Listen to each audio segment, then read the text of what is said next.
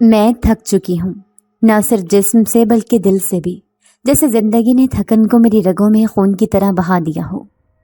اب مجھے یاد بھی نہیں کہ میں نے زندگی میں آخری بار کب ایسے کسی موقع پر دل کھول کر سانس لی تھی جہاں مجھے یہ ڈر نہ ہو کہ میری موجودگی کسی کے لیے بوجھ بن رہی ہے۔ یہ شادی جسے سب گھر والے خوشی کا تہوار سمجھ رہے ہیں، میرے لیے ایسا لگ رہا ہے جیسے ہر لمحہ میری آزمائش کا ایک نیا مرحلہ ہو، جیسے میں کسی میدان جنگ میں ہوں اور دشمن میری کمزوریوں کو ہتھیار بنا کر مجھ پر وار کر رہا ہو۔ میری ماں نے صبح سے میرا ہاتھ تھاما ہوا تھا اور ان کی مٹھی کی تھپکیاں پہلے جیسی تسلی بخش نہیں رہیں۔ اب ان کی انگلیوں کی کپکپاہٹ میں تھکن، شرمندگی اور بے بسی تھی۔ میں نے ان کی آنکھوں میں وہ سائے دیکھے ہیں جو دن بھر کے تانوں اور ذلتوں سے جمع ہوتے ہیں، جیسے ہر لفظ جو ان پر پھینکا گیا ہو اب آنکھوں کے گرد اندھیرا بن چکا ہو۔ صبح سے لے کر اب تک میرے وجود کی سانسیں مہمانوں کی خدمت میں جھکی ہوئی ہیں۔ ناشتے سے پہلے برتن دھونا، مہمانوں کے بچوں کو سنبھالنا، کچن سے ہال تک دوڑنا، گھر کے افراد کے کپڑے استری کرنا، اور سب سے بڑھ کر وہ جملے سننا جو دل میں چھری کی طرح اترتے رہے۔ غریب رشتہ داروں کو بلاؤ گے تو یہی حال ہوگا۔ میرے بابا، جنہوں نے ساری زندگی اپنے خاندان کی خفگی سہ کر ہمیں ایک نئی زندگی دینے کی کوشش کی، انہی کی خواہش پر میں اور اماں یہ سوچ کر اس شادی میں شریک ہوئے کہ شاید اب کے زخم مندمل ہو جائیں گے، شاید پھپھو کی سالوں پرانی رنجشیں ختم ہو جائیں گی۔ مگر یہاں آ کر تو ایسا لگ رہا ہے جیسے ہم نے پرانے زخموں پر نمک ڈالنے کا ہی فیصلہ کیا تھا۔ ماں اب ہر کسی سے نظریں چرا کر چلتی ہیں، جیسے ہم یہاں رشتہ داروں کی خوشی میں شریک ہونے نہیں بلکہ کچھ مانگنے آئے ہوں۔ عزت، اپنائیت یا شاید ایک نوالا۔ ہر کمرہ جگمگا رہا ہے، ہر چہرہ مصنوعی مسکراہٹ سے روشن ہے، مگر میرے دل کی آنکھوں کو ہر ہنسی میں چھپا ہوا تن صاف دکھائی دیتا ہے۔ کچھ عورتیں جب میرے قریب سے گزرتی ہیں تو اپنے بچوں کو کھینچ لیتی ہیں، جیسے میں کوئی چھوت کی بیماری ہوں، اور پھر وہ جملہ جس نے مجھے اندر سے کاٹ کر رکھ دیا، اسے کچن میں بھیج دو، ویسے بھی باہر پھرنے کی کیا ضرورت؟ میں نے ہنس کر سنا، کیونکہ میں رونا نہیں چاہتی تھی، لیکن اندر ہی اندر کچھ ایسا ٹوٹا جو شاید کبھی جڑ نہ پائے۔ پھر ایک آنٹی آئیں، انہوں نے وہ سوال کیا جس نے میری روح چھلنی کر دی، تم وہی ہو نا جس کے والد نے خاندان کے خلاف جا کے شادی کی تھی؟ وہ کیا کرتے ہیں اب؟ بھائیوں نے رکھا تھا نا کچھ وقت۔ میں نے سر جھکا لیا، کیونکہ اپنے والد کے بارے میں کچھ بھی سننا میرے لیے سب سے زیادہ تکلیف دہ ہوتا ہے۔ میں نے پوری زندگی ان کی محبت میں گزاری، ان کے بچانے، ان کی پناہ دینے میں جیتی رہی، اور دنیا ان کے لیے صرف الزام اور شرمندگی رکھتی ہے۔ پھپھو، جو بظاہر میری ماں کی سگی نند ہے، ان کے الفاظ میں ایسا زہر ہے کہ شاید سانپ بھی شرما جائے۔ انہوں نے ہمیں بلایا نہیں تھا، یہ بات وہ ہر کسی کو بار بار جتاتی ہیں۔ ایک بار تو صاف کہہ دیا، خود چلی آئی ہیں، اب کم از کم کام تو کرو، کھا پی کے ایسے نہ بنو جیسے رانیوں کے گھر سے آئے ہو۔ میں نے اماں کی طرف دیکھا، ان کی پلکوں پر نمی تھی، لیکن انہوں نے کچھ نہیں کہا، کیونکہ غربت کی زبان ہمیشہ خاموش رہتی ہے۔ میرے ہاتھوں پر چوٹ کے نشان تھے، انگلیاں کٹی ہوئی تھیں، مگر میں نے دوپٹہ اوڑھ کر سب کچھ چھپا لیا۔ دل کرتا تھا چیخ چیخ کر بتاؤں کہ ہم کوئی احسان نہیں لے رہے، ہم خود اپنی عزت کے لیے آئے تھے، لیکن کون سنے گا؟ یہاں صرف وہی سنا جاتا ہے جس کے کانوں میں سونے کے جھمکے جھولتے ہیں۔ پچھلے 2 دن سے میں نے ڈھنگ کا کھانا نہیں کھایا۔ جب سالن بچتا ہے تب ہمیں بلایا جاتا ہے، یا اکثر بعد میں کہہ کر ٹال دیا جاتا ہے۔ کچھ لڑکیاں خود مہنگے جوڑوں میں ملبوس ہوتی ہیں، میرے کپڑوں پر ہنستی ہیں۔ کسی نے کہا، یہ لباس تو ایسے لگتے ہیں جیسے ریڑھی سے لیے ہوں۔ میں نے کبھی اپنے لباس سے شرمندگی محسوس نہیں کی، مگر آج آئینے میں خود کو دیکھ کر آنکھیں نم ہو گئیں۔ ہر رات کھانے کی میز پر جب سب بیٹھتے ہیں، مجھے کسی کونے میں بٹھا دیا جاتا ہے۔ ایک بار میں نے ہمت کر کے چاول لینے کی کوشش کی تو پھپھو نے ہاتھ جھٹک دیا، پہلے بڑے کھا لیں، تم جیسیوں کے لیے جو بچا ہوگا وہ مل جائے گا۔ میری ماں نے کہا، بچی ہے، بھوکی ہے، تو وہ بولی، بچی؟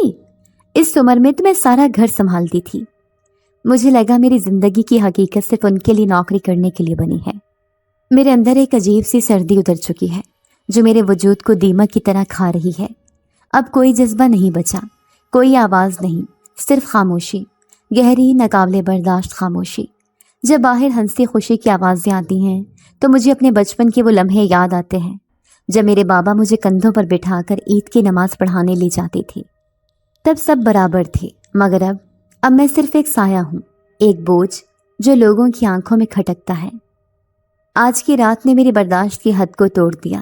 سارا دن بھوکی رہی، پانی سے پیٹ بھرنا چاہا، مگر ماں کی حالت دیکھ کر خود کو مارنا پڑا۔ جب کچن میں جا کر کچھ کھانے کی کوشش کی تو ملازمہ نے کہا، پھپھو نے منع کیا ہے، تم لوگ کھانے پر ہاتھ نہ لگاؤ۔ میں نے مسکرا کر کہا، میں تو صرف پانی لینے آئی تھی۔ مگر وہ مسکراہٹ میرے اندر ٹوٹے ہوئے جذبوں پر چمچماتی خون کی پرت تھی۔ اور پھر میں چلتی ہوئی اس طرف آئی جہاں یہ شور نہیں تھا، یہ زخم نہیں تھے، صرف خاموشی تھی، وہ پرانا حصہ جسے سب چھوڑ چکے تھے، جہاں دیواروں پر وقت نے دستخط کیے تھے، جہاں دروازہ آدھا کھلا تھا جیسے مجھے بلا رہا ہو۔ میں اندر داخل ہوئی بوجھل قدموں سے۔ کمرہ سنسان تھا، صرف ایک پرانا پلنگ تھا جس پر ماضی کی گرد جمی ہوئی تھی۔ میں نے اپنے دوپٹے کو پھیلا کر اس گرد کو صاف کیا اور آہستہ سے لیٹ گئی۔ آنکھیں خود بخود بند ہونے لگیں اور دل کے اندر سے بس یہی آواز آئی، کاش یہ سب خواب ہوتا، کاش کوئی جاگ کر مجھے تھام لیتا اور کہتا، تم بوجھ نہیں ہو، تم صرف تھکی ہوئی ہو۔ اور نیند آ گئی، بالکل ویسے جیسے ماں کی گود میں سونا، بس تھوڑی دیر کے لیے اس تماشے سے دور، صرف تھوڑا سا سکون پانے کے لیے۔ میری ماں، وہ عورت جو شاید اس دنیا میں سب سے زیادہ خفا آنکھوں کا سامنا کرنے والی اور سب سے زیادہ جھکی گردن کے ساتھ جینے والی ماں ہے۔ لوگ سمجھتے ہیں کہ اس نے صرف اپنے شوہر کے لیے خاندان چھوڑا، لیکن میں جانتی ہوں کہ اس نے صرف محبت کے لیے نہیں، میرے آنے والے کل کے لیے خود کو آگ میں جھونک دیا تھا۔ میری ماں نے میرے والد سے بھاگ کر شادی کی تھی، کیونکہ اس کا خاندان اس قدر سخت گیر تھا کہ وہاں محبت کا نام لینا بھی گناہ سمجھا جاتا تھا۔ عورتوں کی کوئی عزت نہ تھی۔ پھپھو یعنی میرے والد کی بہن شروع سے ہی ماں کی دشمن بن گئی تھی۔ ان کے دل میں شاید یہ بیٹھ گیا تھا کہ میری ماں نے ان کے بھائی کو چھین لیا، اسے اپنے حسن، اپنی باتوں یا کسی جادو سے ہتھیا لیا۔ وہ اس شادی کو کبھی معاف نہ کر سکی اور ماں کے لیے ہر وہ دروازہ ہمیشہ کے لیے بند ہو گیا جہاں سے کسی بہو کو بیٹی بن کر عزت ملتی ہے۔ میری ماں نے بہت کوشش کی، شاید زندگی بھر۔ انہوں نے دادی کو کئی بار کھانے بھیجے، عید پر کپڑے سلوا کر بھیجے، سب کو اسلام کہلوایا، سب رشتوں کو جوڑنے کے لیے پل کی طرح خود کو بچھا دیا، لیکن ہر بار جو جواب آیا وہ انکار، تانا یا خاموشی کی شکل میں آیا۔ پھپھو کی زبان سب سے تیز تھی، وہ ہر مجلس میں کہتی، ہماری عزت کا جنازہ نکالا تمہاری ماں نے، ہمارے بھائی کو لے جا کر فقیر بنا دیا۔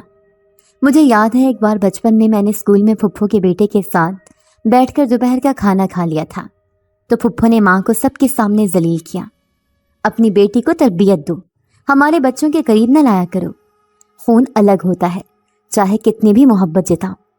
تب میں چھوٹی تھی، میں صرف اتنا سمجھی کہ شاید میرا خون کچھ گندا ہے، شاید میں اس گھر کی نہیں، لیکن اب سمجھ آتا ہے یہ نفرت میری صرف ماں کے لیے تھی، اور اس نفرت کی چنگاری ہر اس چیز پر لگائی گئی جو ماں کی پہچان تھی، جن میں سب سے نمایاں میں تھی۔ میری ماں نے کئی بار میرے سامنے آنسو چھپانے کی کوشش کی۔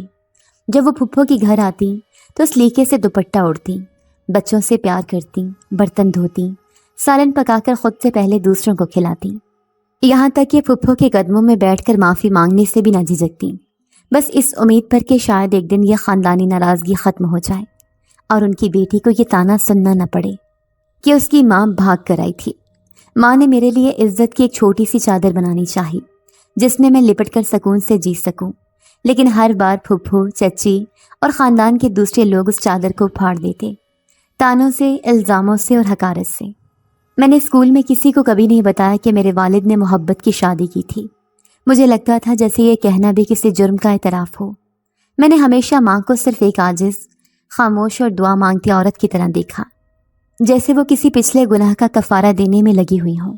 وہ جو ہر روز تسبیح پر پھپھو کے لیے دعائیں پڑھتی تھیں، جن کے سجدوں میں بس یہی التجا ہوتی تھی کہ یا اللہ میری بیٹی کو اس خاندان میں جگہ دے دے، اسے تانوں سے بچا لے۔ مگر دنیا کہاں سنبھلتی ہے، یہاں لوگ محبت کے قصے سنتے ہیں، تالیاں بجاتے ہیں، فلمیں دیکھتے ہیں، لیکن جب کوئی عورت حقیقت میں محبت کر بیٹھے تو اسے صرف بد چلن کہا جاتا ہے۔ میں جانتی ہوں میری ماں گناہ گار نہیں تھی، وہ صرف انسان تھیں، وہ جو جینا چاہتی تھیں عزت سے، محبت سے، اور میں ان کی محبت کی نشانی ہوں، لیکن اسی محبت کے بدلے میں زندگی بھر ذلت، محرومی اور ٹھکرائے جانے کا درد سہتی آئی ہوں۔ میں نے کبھی کسی کو ماں کی طرح ہار مانتے نہیں دیکھا، وہ ہار کر بھی جیتنا چاہتی تھی صرف میرے لیے، اور آج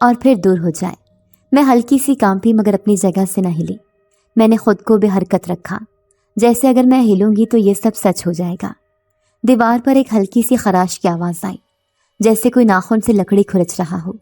میں نے پلکیں سختی سے میچی رکھی، دل تیز دھڑک رہا تھا مگر جسم وہ جیسے بے جان ہو چکا تھا۔ میں نے قرآن کی آیت دل میں پڑھی، ماں نے سکھائی تھی، آیت الکرسی پڑھو جب ڈرو، کچھ نہیں ہوگا۔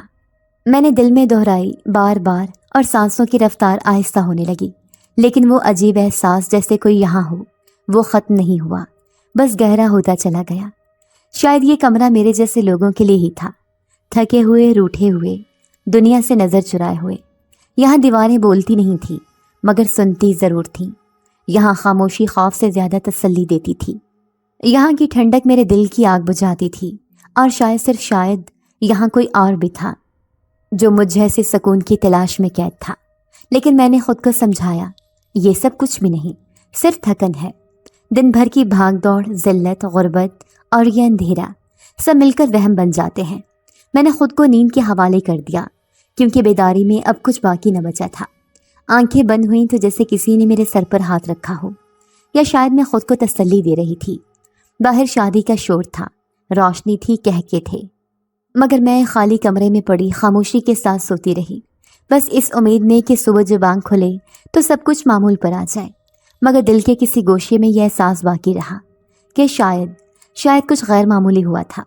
صبح آنکھ کھولی تو سب سے پہلے میری پلکوں پر پڑتی روشنی نے مجھے چونکایا۔ مجھے یاد نہیں کہ کب آنکھ لگی تھی، بس اتنا یاد ہے کہ نیند نے مجھے ایسے آ لیا تھا جیسے برسوں بعد کوئی گہری باہوں میں لے کر تھپکیاں دیتا ہو۔ لیکن وہ روشنی جو اس وقت میرے چہرے پر پڑی وہ عام روشنی نہیں تھی، کچھ ایسی کہ جیسے سورج کی کرن دیوار سے چھن کر کچھ جھجکتی ہوئی مجھ تک پہنچی ہو۔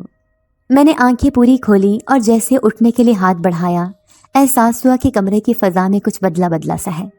کمرہ وہی تھا، وہی فرش، وہی گرد آلود قالین، وہی چھت کی خاموشی، لیکن جیسے ہوا تھمی ہوئی ہو اور میری سانس کچھ زیادہ ہی سنائی دے رہی ہو۔ میں نے کروٹ لی اور دروازے کی طرف دیکھا تو وہ بند تھا۔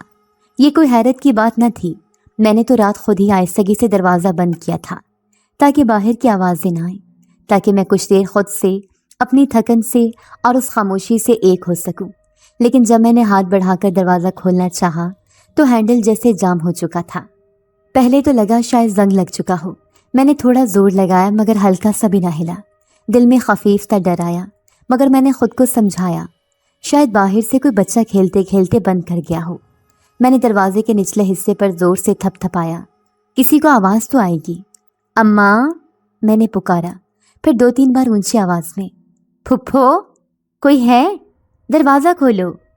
خاموشی، ایک ایسی خاموشی جو مجھے سن کرنے لگی، نہ کوئی قدموں کی چاپ، نہ کسی بچے کی ہنسی، نہ دور سے آتی شادی کی گونج۔ میں نے سوچا شاید سب ابھی سو رہے ہوں گے، لیکن اس وقت دن کافی چڑھ چکا تھا۔ میں نے پھر زور لگایا، ہینڈل گھمایا، مگر وہ جیسے اپنی ضد پر قائم تھا، بند مکمل طور پر۔ نہ اندر سے تالا تھا، نہ باہر کوئی کنڈی نظر آتی تھی۔ دل کی دھڑکن تیز ہو گئی، جیسے اندر کوئی الارم بجنے لگا ہو۔ یہ کیا مذاق ہے؟ میں نے خود سے کہا۔ مجھے پسینہ آ رہا تھا، باوجود اس کے کہ کمرے کی فضا ابھی بھی ٹھنڈی تھی۔ میں نے کھڑکی کی طرف جانا چاہا لیکن وہ بھی بند تھی، اور اس پر لگے پرانے پردے اس قدر بھاری اور ساکت تھے کہ ان کے پیچھے روشنی آنا بھی معجزہ لگ رہا تھا۔ میری سانس اب قابو میں نہیں تھی۔ میں نے زور سے دروازے کو پیٹنا شروع کیا، ہاتھ سرخ ہو گئے، آوازیں اونچی ہو گئیں، چیخوں میں بدلنے لگی۔ کوئی ہے؟ میں اندر بند ہو گئی ہوں، دروازہ نہیں کھل رہا۔ لیکن کمرہ جیسے دیواروں سے سجا ایک قبر بن چکا تھا۔ میری چیخیں اندر ہی اندر گونج کر مجھ پر واپس کرنے لگی۔ اس لمحے مجھے اپنے آپ پر غصہ آیا۔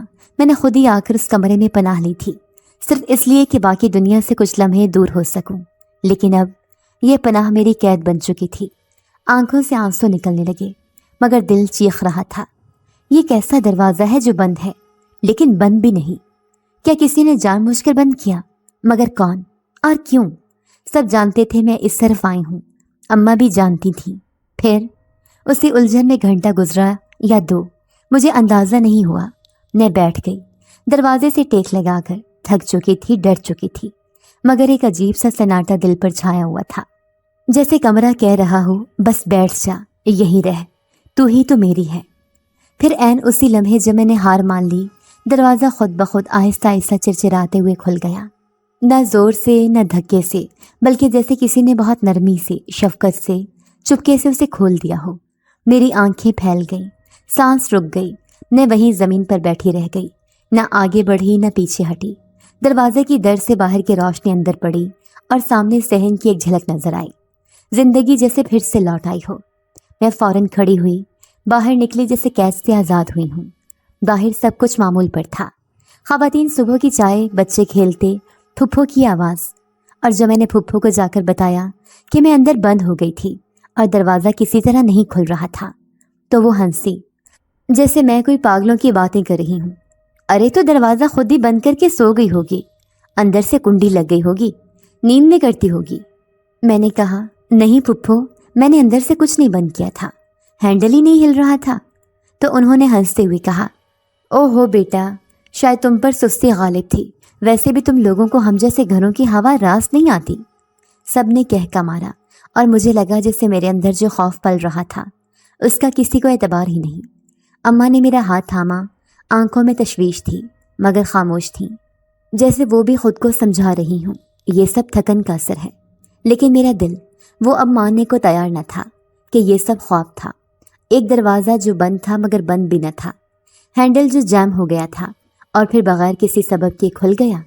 کیا یہ سب محض نیند کا اثر تھا یا کچھ اور؟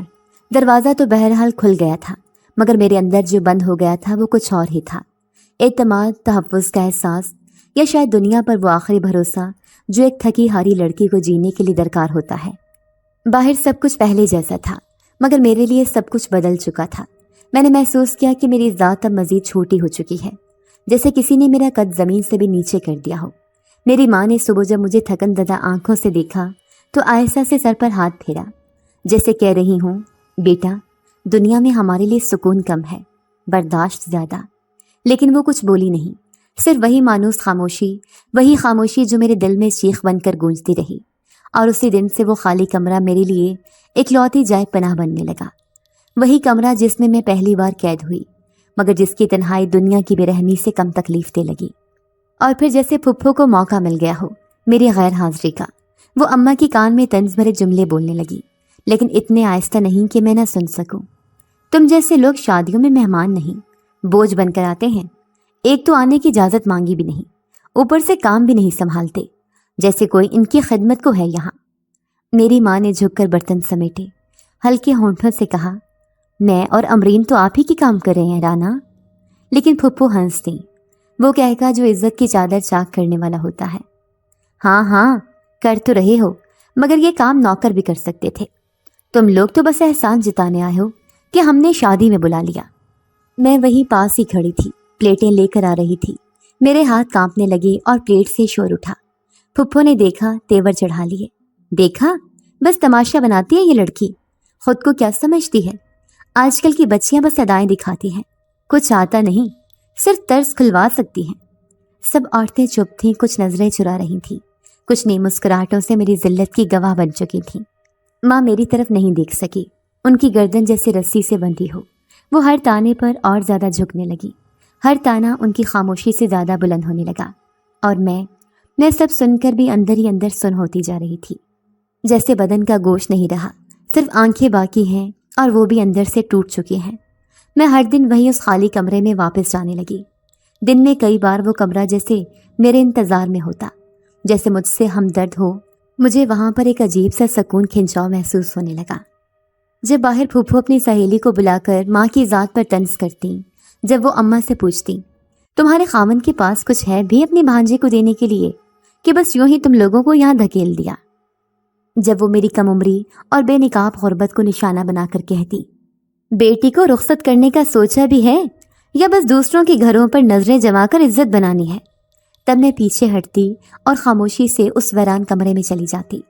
وہاں میں زمین پر بیٹھ جاتی، اپنی چادر کو گھٹنے کے گرد لپیٹتی اور دیوار سے لگ کر آنکھیں بند کر لیتی۔ نہ رونا نہ سونا، صرف آنکھیں بند، جیسے خود سے کہہ رہی ہوں، تم یہاں ہو، کوئی اور جگہ نہیں جہاں تمہیں قبول کیا جا سکے۔